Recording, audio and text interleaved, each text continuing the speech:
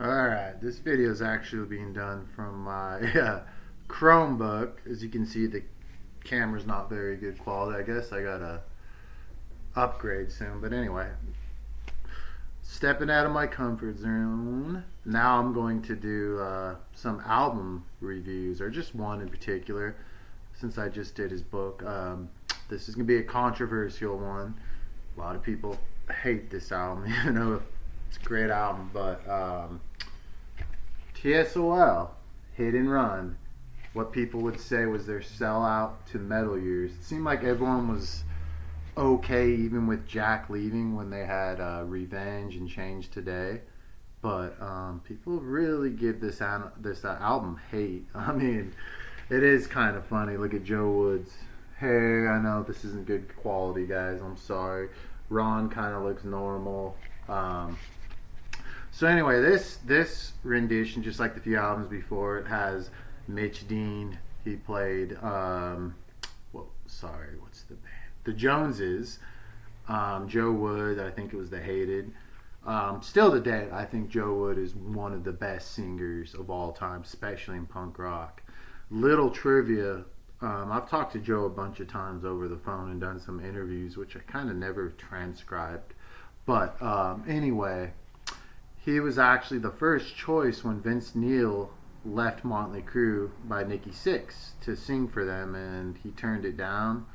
Not sure why. He'd probably be pretty rich, or in his sense, he'd say probably dead because he was really into addiction. But anyway, I love this album. It's different. It's rock. I don't really think it's metal. They look like the 80s metal, which I love anyway, so it wouldn't matter. But I don't really, they look like it, but I don't, except Ron, he's just chilling. But it's more rock and roll, you know. It's Too Late. I'm just going to go with the songs really quick. I mean, that's just kind of like a upbeat, seems like it's like 3 chord, you know, some good guitar tone. It's just, in a weird sense, kind of like cheesy, but I love it. Road to Gold, it's kind of dark. It seems like it would kind of more belong on Revenge or something.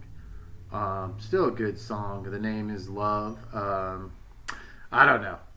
People probably don't like that song, but he's got Joe Wood's vocals amazing, and he kind of goes into this high pitched, less vibrato. That's a good song. Dreamer's kind of got like a 70s vibe to it. I don't know, almost maybe like a Blue Oyster Cult Styxy feel. Very well written song. Like, it seems like anyone that would have done this song, it would have probably been a hit. Good Morning Blues. Again, nice little bluesy track, very kind of Doorsy. Hit and Run. It's just a fun song to play on guitar. Probably actually it's kind of cheesy in a sense, but like, again, it's a fun song. Not Alone Anymore. Again, I feel it's kind of with Dreamer. It could have been a hit song. Very I don't know. It's deep. It's kind of sad, but very relatable. 16. Again, I think that should have been on one of their other albums. It feels like, but it's really good. It's probably the most punk rock song on there. Just really cool, catchy chorus. Stay With Me. Very ballady. Again, it seems like maybe Poison or something could have written this song, but very good. One of my favorites, Where Did I Go Wrong? It's just kind of like a bluesy song about regrets, whatnot. Um,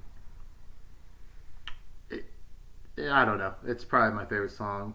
And then You Can Try. Again, it falls. It's like this album's weird. It's so everywhere, and it should have been like split up maybe into like singles. But You Can Try, again, one of those songs. It could have, any other band would have covered it.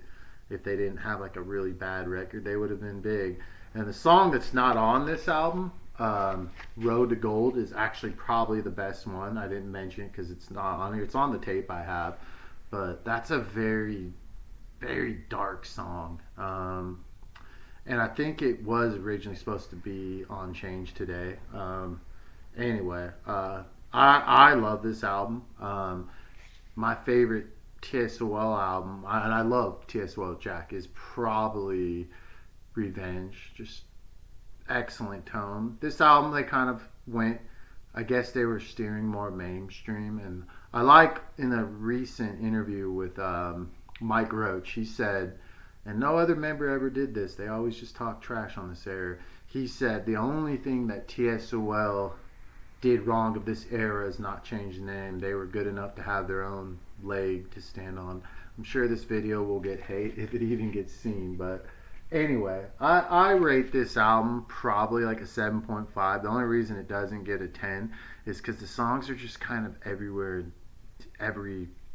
It's like they don't fit together, but they're all good songs. Like there's not a good song. It took me a while to like the song Hit and Run, like years, but solid. I prefer Joe Wood era, um, TSOL, but again, that is just me. I think he's got a fabulous voice. Ron Emery's got probably the best punk rock tone. Mike Roach, absolutely thunderous bass player. I think that Mike and Ron's guitar, I think it's actually shows off more of their skills and their versatility in this version of TSOL. Um, and Mitch Dean, I'm not a drummer myself, but good drums. I don't know if he's better than the original Todd Barnes or whoever's playing, but I guess different styles. But I mean, this is like a funny era, but people also forget that this TSOL, this Motley Crue and Guns N' Roses, LA Guns were all opening up for these guys in this era. And again, bad business regulations, whatever happened, caused them not to succeed, of course, like court stuff with the name. But again, great album. Let me know what you think.